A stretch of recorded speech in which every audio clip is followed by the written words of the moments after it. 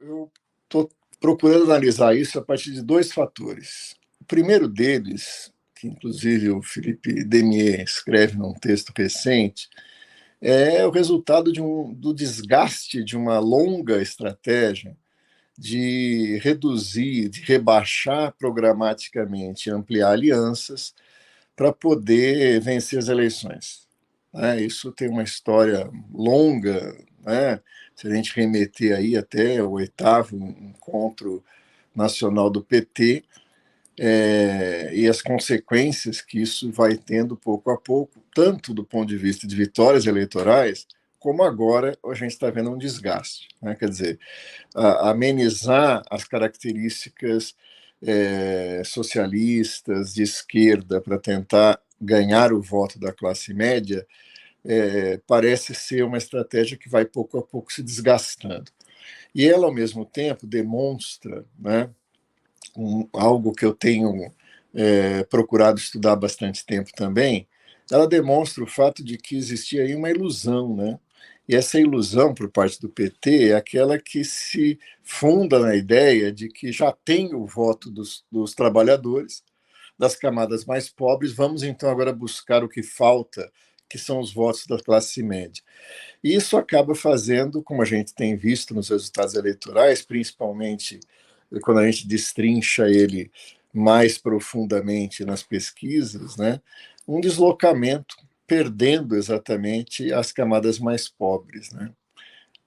Inclusive contra aquela tese famosa do Singer, que ele dizia desse reformismo fraco. Né? Acho que isso é o primeiro aspecto. O segundo aspecto que eu tenho insistido também é o quanto a gente relativiza as próprias eleições. Né?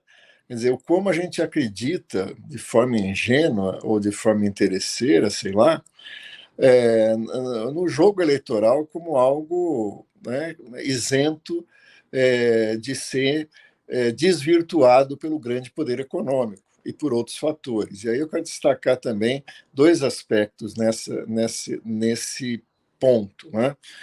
Por quê? Primeiro deles é o peso que tem máquinas eleitorais. Né? O quanto que aquele mítica desejo do eleitor individual diante da urna, escolhendo o que é melhor para si, etc. E tal, vai ser desvirtuado por uma série de fatores. Um deles é o enorme peso que joga o controle de máquinas estatais, governamentais, como a gente viu em São Paulo. É impossível entender a eleição de São Paulo, como você mesmo descreveu, Nunes, sem o peso que teve o Tarcísio e a máquina do governo estadual.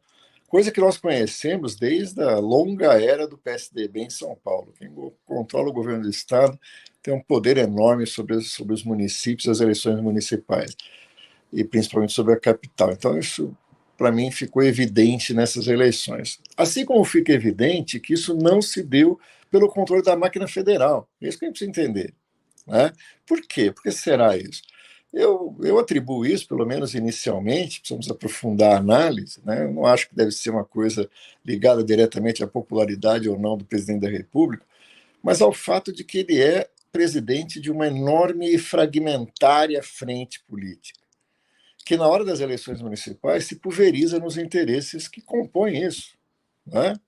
Quer dizer, vários partidos do campo aí da direita, compuseram com forças bolsonaristas nos municípios e não com o PT. E mesmo quando composto com o PT, não com o PT na cabeça. Então, isso acaba diluindo o que poderia ser um fator político relevante de interferência nas eleições a favor dessa fragmentação.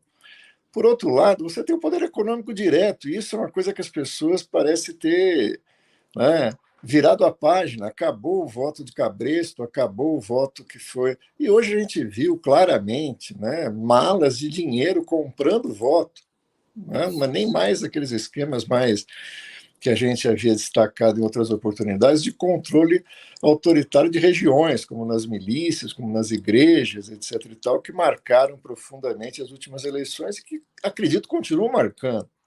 Né? Mas agora a gente viu mais ainda evidenciado a compra direta de votos. Né?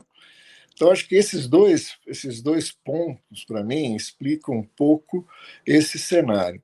Mas é evidente que esse desgaste, né, do PT, enquanto partido que foi hegemônico no último ciclo, né, mostra claramente que depois de 2016 ele joga como um outro cenário.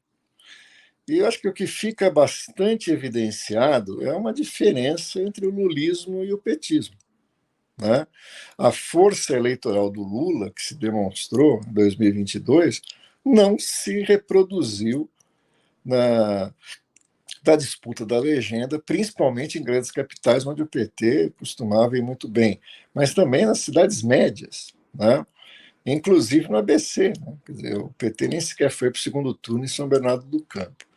Quer dizer, aquilo que o Lula construiu pacientemente há bastante tempo, né? Ou seja, uma cisão entre o seu grupo de poder e o próprio partido, quando desloca-se o núcleo de poder eleitoral, mesmo com vitórias da esquerda dentro do partido no encontro nacional, o PT optou por, né, o Lula optou por construir o Instituto da Cidadania e controlar a linha partidária, a linha eleitoral, a linha de governo por fora das instâncias partidárias.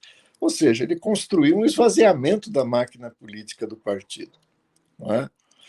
E a tática eleitoral de ampliar alianças, de rebaixar programa, finalmente conseguiu o que ela construiu pacientemente ao longo dos anos. Né? O PT, o lulismo, mais precisamente, o PT com focos de resistência que devemos conhecer e dar a devida importância.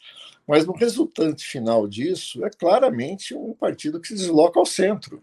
Uhum. Né? Então, a esquerda foi derrotada nessas eleições, a esquerda foi derrotada nessas eleições, mas assim, o PT faz parte desse processo como sempre esquerda, né?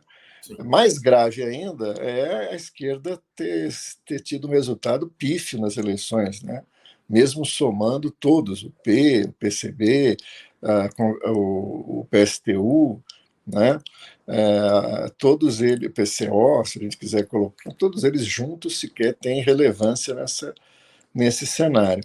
Então, a derrota da centro-esquerda, né, era esperada. Eu acho que ela resulta de uma série de fatores que já vinham sendo acumulados, né, e abre um cenário muito preocupante para a disputa eleitoral presidencial que virá daqui 2 anos. Né?